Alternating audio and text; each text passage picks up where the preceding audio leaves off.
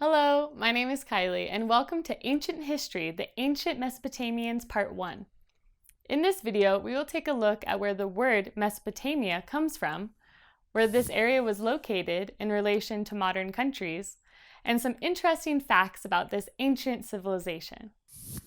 In the second part of this video series, the Ancient Mesopotamians Part 2, we will examine some key points about their culture, art, and religion. Are you ready to learn about this exciting ancient culture? Let's get ready to dig deep into their past.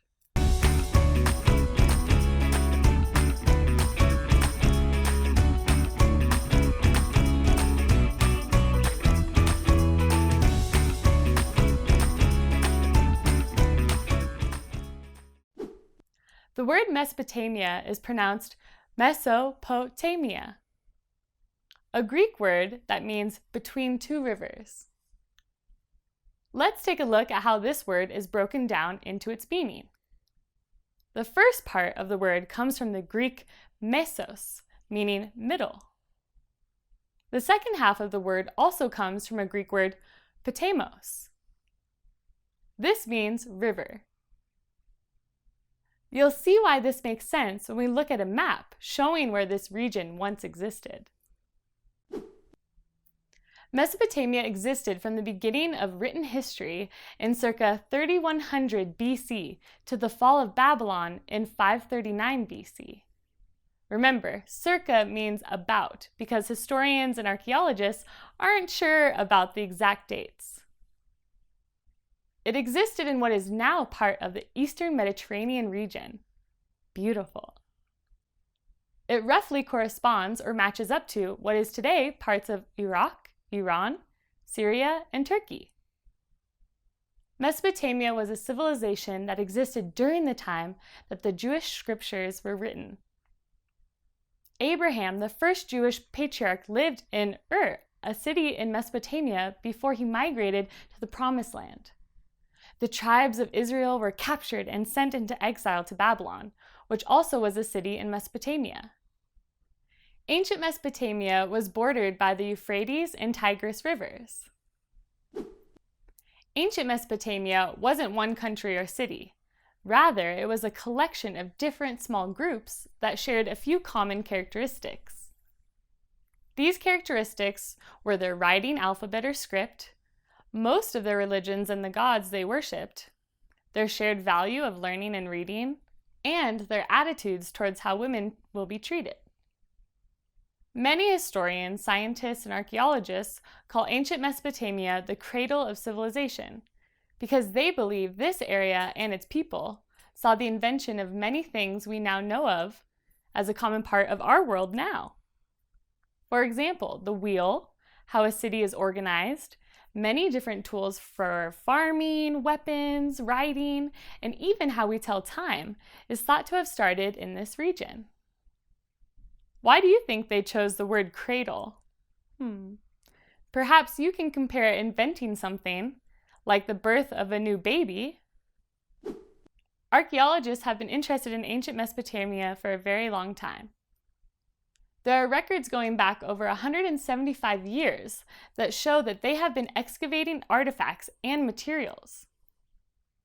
Their expeditions, which were still happening today, have found amazing artifacts and information.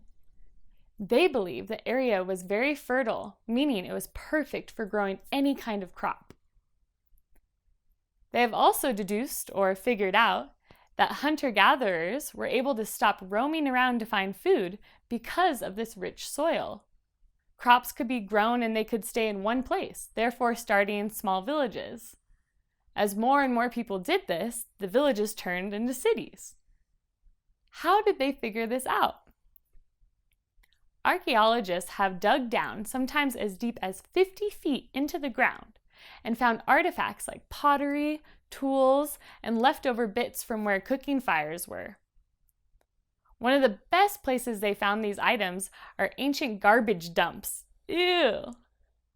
They have to dig so deep because after thousands of years, the sites are buried by dirt, debris, and even other cities. Natural disasters, floods, fires, and new construction covered the old sites up. The sites from ancient Mesopotamia show the early people who lived there were very good at farming. Another way they deduce this is that the sites were near the Euphrates and Tigris rivers.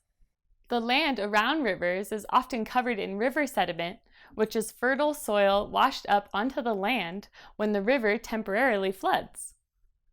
As the hunter-gatherers began to create settlements and then cities, city-states, much like the ancient Greeks and Romans had, began to form. The Sumerian people did this in about 5000 to 3500 BC. As these city-states started to form, their writing began to develop. Starting in about 3500 BC, pictograms were used. These were simple picture outlines, very much like Egyptian hieroglyphics. Over the next 1,000 years or so, these pictures began to be written in a much more simpler form, called cuneiform, and became an alphabet. Cuneiforms are letters of an alphabet. This area is also referred to as the Fertile Crescent. The word fertile means the ground has a rich soil that will support the planting of crops and is excellent for farming. The word crescent means shaped like a sliced round piece of a circle. Think about the moon that is only halfway to being full. That is a crescent. You can see where this area is and how it is shaped like a crescent on a map. So why is this region known as the Fertile Crescent? It is because the two rivers that flow through this desert region in the Middle East, the Euphrates and the Tigris, provided water and silt that farmers could plant their crops in. Silt is the mud that is left behind after floodwaters recede. But this area is still a desert and the rivers are unpredictable. The rivers don't always flood the surrounding land when the farmers need it. So, through a lot of really hard work and invention, the farmers learned how to irrigate their crops by bringing the water to the areas that needed it. They dug these long ditches, built dams and storage ponds to control where and when the water would flow. They did this all by hand. Much of this activity is still going on to this very day. I can't even imagine how hard working in the desert must be. With all this farming, inventing new ways to get water to crops, and a population growing, settlements began to grow too. More and more people came together to live and work with one another. Many of the cities that developed had huge temples called ziggurats. Ziggurats could as well be as tall as a 7-story building and was made of mud and bricks. These huge structures served as places for religious worship, places where workers made things, and where governments started to form.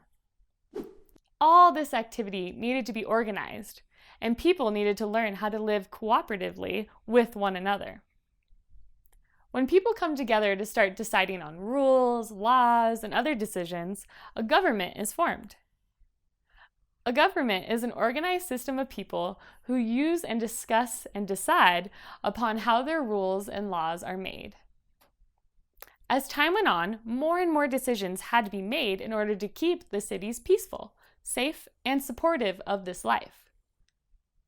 Now, some of the famous city-states and empires that existed during this period of time are the Sumerians, the Akkadians, the Assyrians, the Babylonians, the Achaemenid Empire. Because this is an overview, we won't go into too much detail in this video about each city-state, but you can read more about them at the library or research online. In the second part of this video series, you will learn more about the culture of the ancient Mesopotamians. Be sure to practice what you've learned about this fascinating time in history using our fun online games and quizzes. Until next time, remember to think about history and to always be clever. Hey!